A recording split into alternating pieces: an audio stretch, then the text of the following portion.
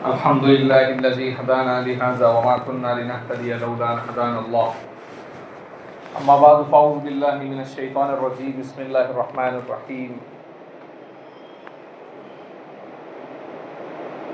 اتل ما أوحي إليك من الكتاب وأقم الصلاة إن الصلاة تنهى عن الفحشاء والمنكر ولذكر الله أكبر والله يعلم ما تصنعون.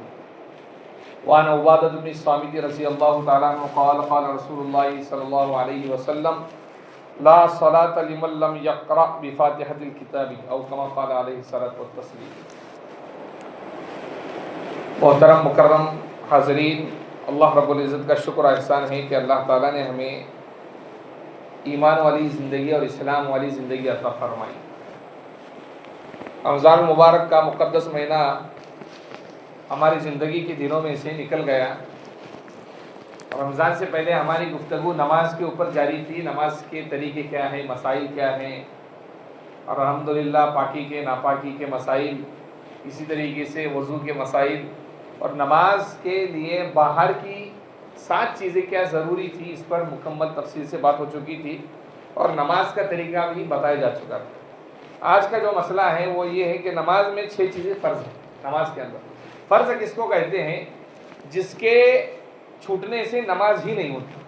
یاد رکھیے، نماز کے اندر فرض کا مطلب یہ ہے کہ جس کے چھوٹنے سے آپ کی نماز ہی نہیں ہوگی. اگر وہ چھوٹ گیا ہے تو آپ کو نماز دہرانا پڑے گی. سب سے پہلا فرض یہ ہے کہ نیت باندھتے وقت اللہ اکبر کہنا. اللہ اکبر، ہمارے مسلمان جو ہے اللہ اکبر نہیں بولتے. زبان سے اتنا بولنا ضروری ہے کہ اپنی آواز اپنے کو سنائی دے. یاد رکھیے، اس لیے اللہ اکبر بولے یا آدمی کے ہونٹ ہل جائے، اتنا تو کرنا چاہیے. کم سے کم ہونٹ ہل جائے اور الفاظ ادا ہو. تو یہ اللہ اکبر بولنا سب سے پہلا فرض ہے نماز. یہ دوسرا نمبر پر ہے نماز کے لیے کھڑے ہونا. کھڑا ہو گیا آدمی، اللہ اکبر بولنے کے بعد کیا ہوتا ہے؟ آدمی کھڑا ہوتا ہے. تیسرا یہ ہے کہ قرآن مجید کی کوئی سورت یا کوئی آیت پڑھنا. کوئی سورت یا کوئی آیت، کوئی بھی سورت یا کوئی بھی آیت پڑھنا فرض ہے. نمبر 4 ہے کہ رکوع کرنا.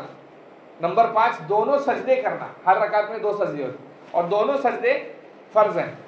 نمبر 6 نماز کے آخر میں جتنی مقدار اتحیات پڑھنے میں لگتا ہے، جتنا ٹائم اتحیات پڑھنے میں لگتا ہے اتنی دیر بیٹھنا.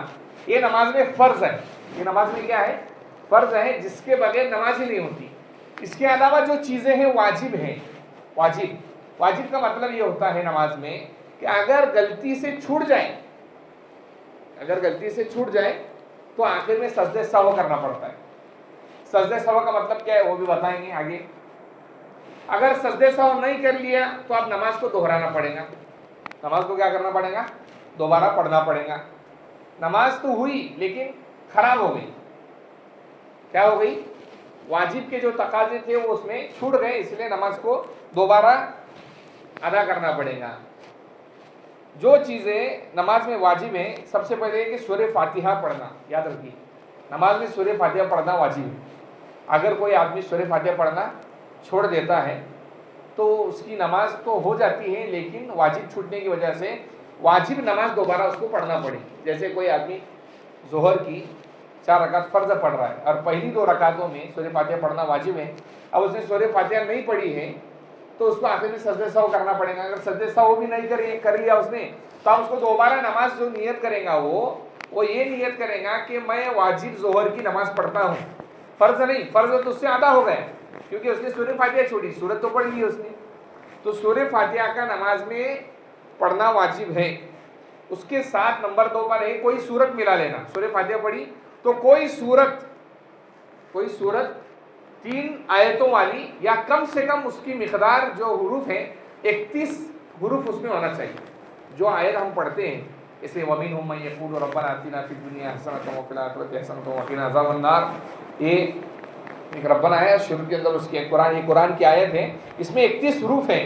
تو کم سے کم 31 حروف ہونا چاہیے. اگر 31 حروف سے کم ہو رہا ہے تو پھر وہ واجب مقدار اپنے قرآن کی پڑھی نہیں. نمبر 3 کا واجب یہ ہے کہ ہر فرض کو اپنے اپنے موقع پر ادا کرنا. پہلا فرض کیا ہے؟ نماز میں کھڑے ہونا ہے. फिर रुकू करना है, फिर सजदा करना है, समझे। तो ये तरतीब से है, खड़ा होना, रुकू करना। अब डायरेक्ट कोई आदमी अल्लाह अकबर बोल के अकेला नमाज पढ़ रहा है और अल्लाह अकबर बोल के डायरेक्ट रुकू में गया, तो उसने जो फर्ज है पहला खड़े होना वो उसने अदा नहीं किया। अब रुकू के बाद अगर वो खड़ा हो रहा है तो उसको दोबारा खड़ा होना पड़ेगा, दोबारा रुकू करना पड़ेगा। तो हर फर्ज को अपनी अपनी जगह पर अदा करना है, यानी पहले खड़ा होना है, फिर रुकू करना है, रुकू के बाद खड़ा होना है कौमे के अंदर रब्बना लकल हम्द जो बोलते हैं हम, फिर सजदे में जाना है और दोनों सजदे के दरमियान बैठना है। तो ये तरतीब है नमाज की। तो इसके अंदर जो फराइज हैं, रुकू करना, सजदे करना, तो हर एक के अंदर तरतीब रखना, पहले रुकू करना है, फिर सजदा करना है। और नंबर 5 पर, नंबर 4 पर है सूरत मिलाना, कोई भी सूरत मिला ले। और नंबर 5 पर है रुकू करना, रुकू करना ये वाजिबात में से है नमाज के। फिर सजदा करना, 2 रकात पढ़ना, यानी कम से कम नमाज कितने रकात की होती है?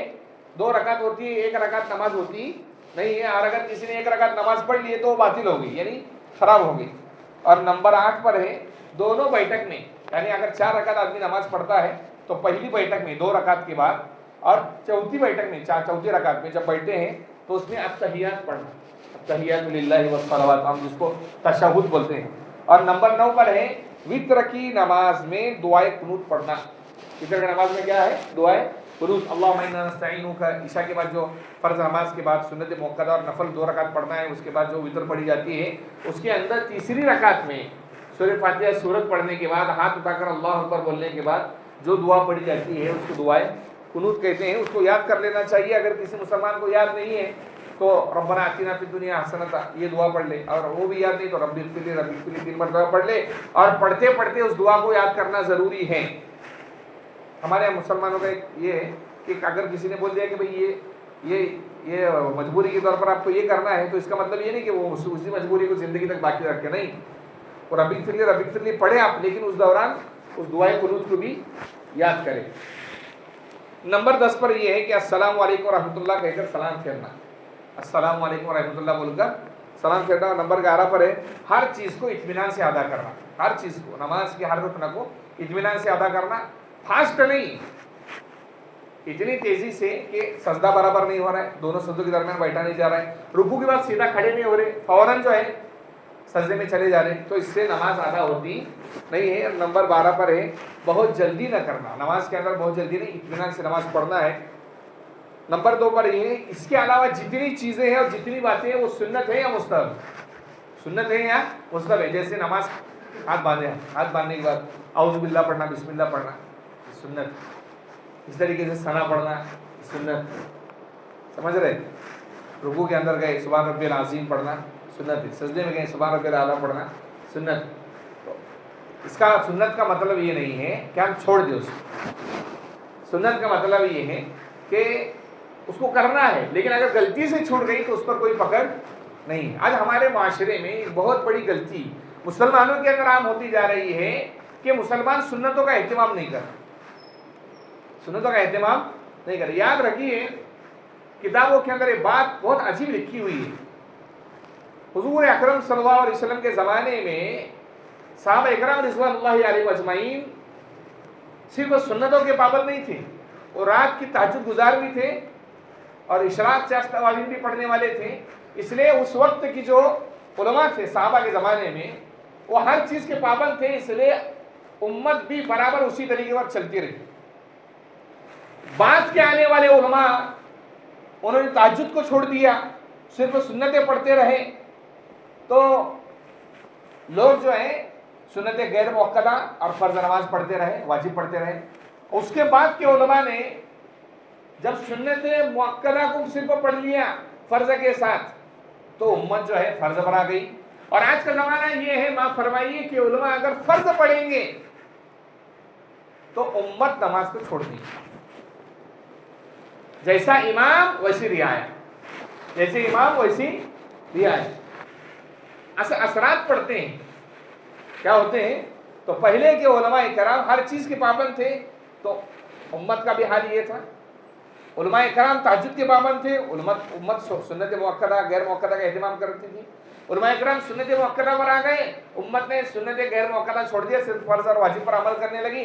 और आज उलमा का हाल ये है कि फर्ज और वाजिब पर अमल करती तो उम्मत ने फर्ज पढ़ना ही छोड़ दिया। यह हाल है उम्मत का। तो इसलिए सुन्नतों के अंदर जो कोताही हो रही है उम्मत मुस्लिमा से, ये बहुत बड़ी गलती है, इसको नहीं करना चाहिए।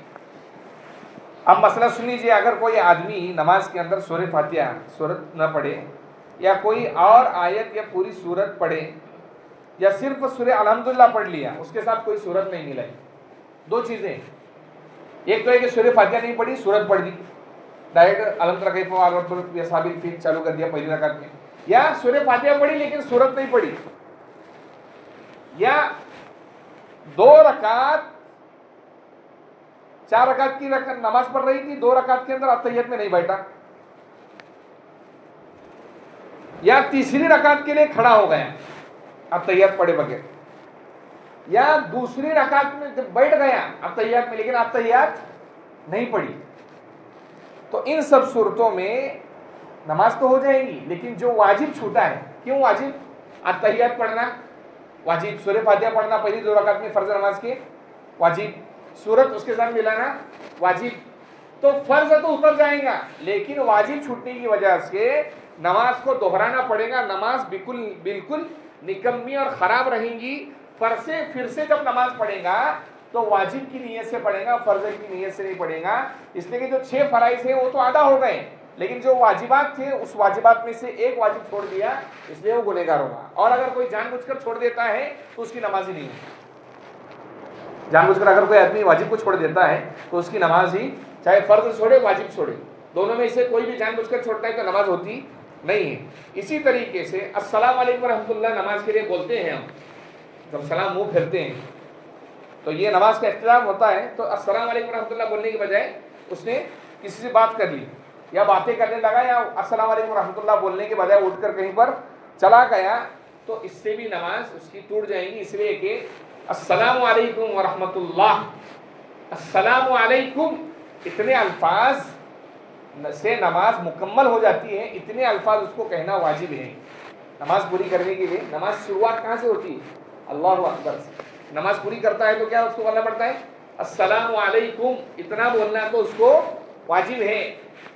इसलिए अस्सलामु अलैकुम नहीं बोला, अत्तहियत पढ़ा और फिर दरूद शरीफ पढ़ा, दुआ मासूरा पढ़ी और बगैर अस्सलामु अलैकुम बोले उठकर नमाज से चला गया, भूल गया हो तो उसकी वाजिब क्या हो गया? उससे छूट गया, क्योंकि कम से कम अस्सलामु अलैकुम इतना बोलना उस पर क्या था? वाजिब था। वाजिब छूटने की वजह से नमाज क्या हो गई? खराब हो गई। अब उसको याद आ गया तो अब दोबारा उसको क्या करना पड़ेगी? नमाज पढ़ना पड़ेगी, अगर नहीं पढ़ेगा तो गुनहगार होगा। इसी तरीके से कोई अगर आदमी नमाज पढ़ रहा है लेकिन उसने नमाज शुरू की, सूरह फातिहा नहीं पढ़ी, डायरेक्ट पढ़ा सूरह अलम तरा कैफ व रब्बुल साबिल फीक या कोई सूरत पढ़ी, फिर उसको याद आ गया कि अरे यार भाई सूरह फातिहा मैंने नहीं पढ़ी है, तो फिर उसने क्या कर दिया? फिर सूरह फातिहा पढ़ी और आखिर में अगर सजदे सहव कर लिया तो नमाज हो जाएगी, और अगर सजदे सहव नहीं किया तो नमाज उसकी होने वाली नहीं है, क्योंकि तरतीब उल्टी होगी। तरतीब क्या थी? पहले सूरह फातिहा है और उसके बाद सूरत पढ़ना है। अब सजदे सहव क्या है ये भी समझ। हमारे यहाँ पर बाज़ लोगों को सजदे सहव बोले तो उनको दिमाग में आता है कि 100 सजदे करना पड़े। बाज़ लोगों को ही असल में सहा यसू सहवन अरबी ज़बान का लफ्ज़ है, इसके माने आते हैं भूलना। इसके माने क्या आते हैं? भूलना। तो आदमी नमाज के अंदर वाजिब को भूल गया, भूलने की वजह से जो 2 सजदे आखिर में करना पड़ते उसको बोलते हैं सजदे सहव। अब क्या उसका तरीका है? तरीका ये है कि कायदे आखिरा किसको बोलते हैं? 4 रकात की नमाज में चौथी रकात में जो हम पढ़ते, 3 रकात की नमाज में तीसरी रकात में जो हम पढ़ते, 2 रकात की नमाज में दूसरे रकात में जो हम पढ़ते, जैसे 2 रकात की फजर की नमाज, 3 रकात की मगरिब की नमाज और 4 रकात की ज़ोहर असर इशा गई। तो इसमें जो बैठ के हम इसके अंदर जब आप तहियात पढ़ेंगे तो सीधी तरफ अल्लाह अकबर बोल के अस्सलाम वालेकुम रहमतुल्लाह बोल के सलाम फेरना है। सलाम फेरने के बाद अल्लाह अकबर बोल के 2 सजदे करना है। 2 सजदे करने के बाद दोबारा जब बैठेंगे तो आप तहियात पढ़ना है, दरूद शरीफ दुआ मासूरा पढ़ के दोनों तरफ सलाम फेरेंगे। तो जो गलती आपने गलती से की है, जो गलती आपने गलती से की है, वाजिब छोड़ा है, तो उसकी वजह से वो नमाज के अंदर जो कमी कोताही है वो पूरी हो जाएगी, और अगर नहीं किया सजदे सहव तो नमाज होने वाली नहीं है। اسی طریقے سے اگر کوئی سورہ فاتحہ پڑھنے کے بعد سورت پڑھنا چاہتا ہے تو کم سے کم میں نے بتایا 3 آیتیں پڑھنی چاہیے جس کے اندر 31 حروف ہو. کتنے حروف ہو؟ 31 حروف. جیسے قرآن کی آیت ہے کلا والقمر واللیل اذا ادبر والصبح اذا اسفر، اس کے اندر 31 حروف نہیں ہوتے. تو اگر کسی نے یہ 3 آیتیں پڑھ لی تو واجب اس نے پورا کیا نہیں، تو آخر میں سجدے سو کرنا پڑے. کم سے کم 31 حروف اس آیت میں، جو ایک آیت پڑھ رہے ہیں ہم یا 3 آیتیں پڑھ رہے ہیں اس میں 31 حروف ہونا ضروری ہے. اسی طریقے سے اگر رکوع سے کھڑا ہو کر سمیع اللہ لمن حمیدہ یا رکوع میں سبحان ربی العظیم نہ پڑھے یا سجدے میں سبحان ربی الاعلیٰ نہ پڑھے یا آخر کی بیٹھک میں تحیت کے بعد درود شریف نہیں پڑھا تو بھی نماز ہو جائے گی. کیوں؟ میں نے شروع میں بتایا سبحان ربی الاعلیٰ، سبحان ربی العظیم، سمیع اللہ لمن حمیدہ، سمجھ رہے ہو، ربنا لک الحمد، یا آخر بیٹھک میں تحیات کے بعد درود شریف نہیں پڑھا تو یہ سب سنت چیزیں ہیں نماز کے اندر، نماز ہو جائیں گی لیکن سنت کے خلاف ہو جائیں گی. اسی طریقے سے اگر درود شریف کے بعد دعا نہ پڑھی، جیسے اللہ دعائے معصورہ پڑھتے ہیں اللہم انی ظلمت نفسی ظلما کثیرا، یہ بھی نہیں پڑھی ہے، جلدی میں درود شریف کے بعد سلام پھیر دیا تو بھی نماز ہو جائیں گی لیکن سنت کے خلاف ہوں گی. اس لیے اگر کبھی غلطی سے ہو جائے ایسے تو نماز ہو جاتی ہے، اس کو دوبارہ پڑھنے کی ضرورت نہیں ہے. اب سنت کے خلاف پڑھی ہے، اب دوبارہ آپ پڑھنا چاہے تو نہیں پڑھ سکتے،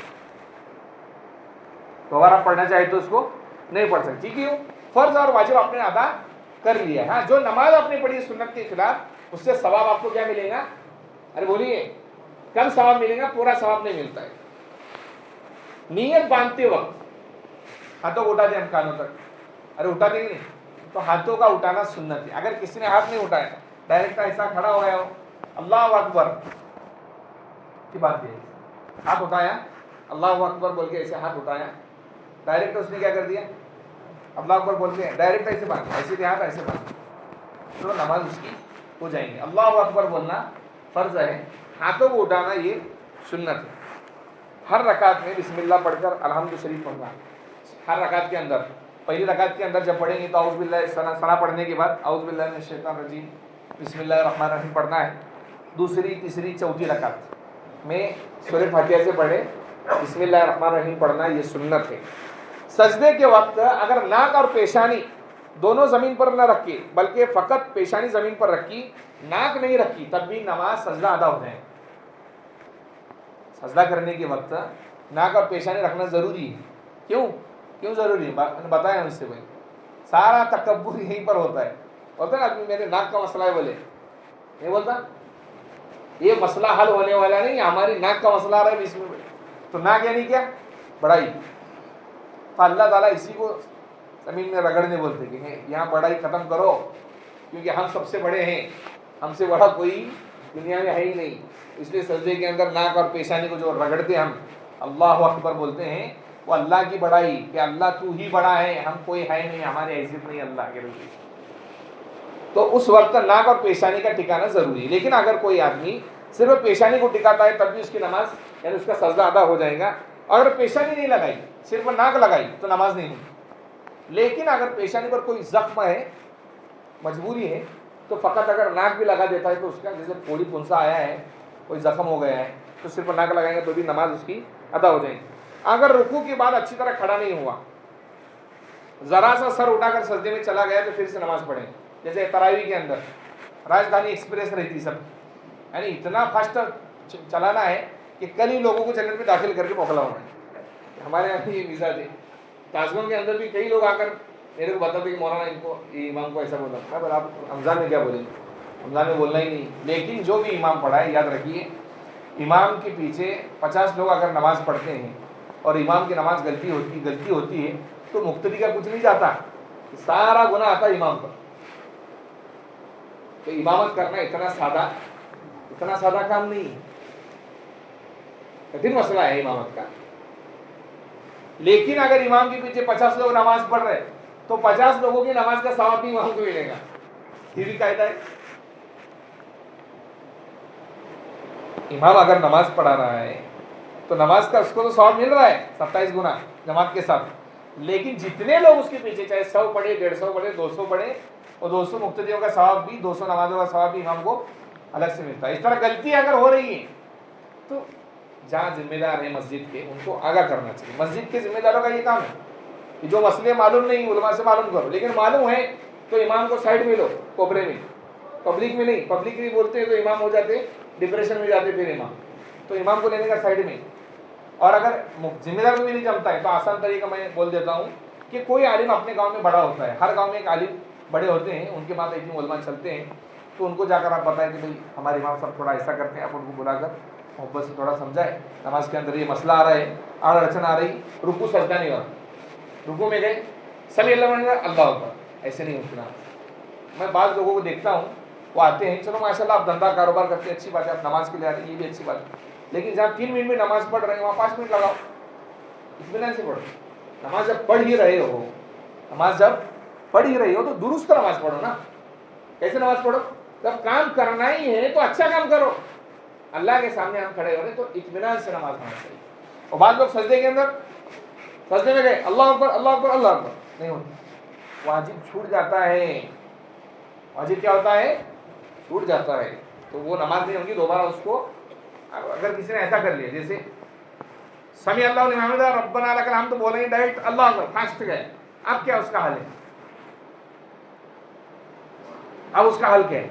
अब उसका हाल ये है कि सजदे से दोबारा खड़े होगा, वो रुकू में जाएगा अल्लाह अकबर बोल के, यानी फौरन खड़ा हो, फौरन रुकू में जाए, समी अल्लाहु लिमन हमिदा रब्बना लकल हम्द अल्लाह अकबर, अब उसका रुक गया, हो गया, सही हो गया। आखिर में क्या करना पड़ेगा? सजदे सहौ करना पड़ेगा। अगर कभी अपने से गलती हो जाए, जैसे आवाज मतलब आदमी गड़बड़ में नमाज में ही गड़बड़ कर दी, तो क्या करना पड़ेगा? जो फर्ज छूटा है उस फर्ज को अदा करे, जो वाजिब छूटा है उस वाजिब को अदा करे, और आखिर में सजदे सहौ करे। समझ में आ रहा है? ये तरीका, जैसे मिसाल के तौर पर दोनों सजदे करना हर रकात में फर्ज है। अरे बात ये समझ लो, इसमें बहुत सारे लोग गलती कर रहे हैं, यहाँ तक कि एक मस्जिद में इतना बड़ा मसला हुआ है, मैं अभी तक बोलने की कोशिश कर रहा हूँ, लेकिन अभी तक मुझे हिम्मत नहीं हुई वहाँ बोलने की। हर रकात में 2 सजदे करना फर्ज है। हर रकात में 2 सजदे करना क्या है? अगर कोई आदमी एक सजदा करता है दूसरा नहीं करता है, तो वो क्या समझता है कि मैं आखिर में सजदे सहौ कर लिया तो मेरी नमाज होगी। नमाज नहीं हुई। नमाज क्यों नहीं हुई? क्योंकि पहली रकात में 2 सजदे थे, आपने कितने किए? 1 किए है। तो अब जो है आखिरी रकात में आपको 3 सजदे करना पड़ेगा। जुम्मा की नमाज का मसला है एक मस्जिद का, वहां के लोगों को फर्ज नमाज जुम्मा की कज़ा करना पड़ेगी, जो पड़ी है वो मसला बताऊंगा इंशाल्लाह। तो वहां क्या कर दिया, एक इमाम साहब को खड़ा कर दिए कि भाई सही है क्या? अब उनको मसला मालूम ना हो तो पूछताछ करना चाहिए, तहकीक करना चाहिए। बार बार हमको मालूम नहीं होता तो हम बोलते भाई ठहरो, मालूम करके बताते तुमको, उसमें क्या कमी बेशी। साहबा इकराम को जब मसला मालूम नहीं होता था, साहब कहते थे ला आलम, मैं नहीं जानता हूँ, ला अदरी, मुझे मालूम नहीं है, मैं बता दूंगा बाद में। इसलिए अगर उलमा अगर ऐसा बोलते हैं कि मुझे मालूम नहीं, तो उनके लिए आए नहीं, अच्छी बात है, उसके लिए अच्छी बात है। अब वो मसला उन्होंने बता दिया, हो गई, नमाज तो हुई नहीं उस दिन। मेरे सामने मसला आया, मैंने कहा बताएंगे, हमने अभी तक नहीं बताया, हालांकि बताने वाला हूँ कभी न कभी मिलकर ऐलान कर दो भाई फलाना साल के अंदर ऐसा मसला हुआ था, अब तारीख भी याद नहीं, भूल गया। तो इसलिए अगर कोई रकात में सजदा छूट गया तो आखिर रकात में क्या करना पड़ेगा आपको? वो सजदा जो छूटा है वो सजदा अल्लाह पर, जैसे मिसाल के तौर पर पहली रकात में एक सजदा छूटा, दूसरी रकात में और एक सजदा छूटा, तीसरी रकात में और एक छूटा, तो आखिर में कितने सजदा करना पड़ेंगे? अरे बोलिए ना, 5 सजदे करना पड़ेंगे। 2 तो एक रकात के, आखिर रकात के 2 सजदे, और जो 3 छोड़ा है वो 3 सजदे करेगा। और उसके बाद अत्तहियात पढ़ेगा, अत्तहियात पढ़ने के बाद सीधी तरफ सलाम करेगा, फिर 2 सजदे करेगा। वो सजदे कौन से होंगे? गलती के सजदे, सजदे सहव होंगे। इस तरीके से नमाज होगी, वरना नमाज होती, बल्कि अक्सर लोग हमारे सजदा जब छूट जाता है और सजदे सहव करके उससे होता नहीं, क्योंकि हर रकात में 2 सजदे करना क्या है? फर्ज है। इसी तरीके से दोनों सजदों के बीच में अच्छी तरह नहीं बैठा, जरा सा सर उठा करिए, मैंने अभी मसला बता दिया। इस तरीके से बाद मरतबा क्या हो रहा है, ये गालीचे का मसला बहुत आ रहा लोगों को।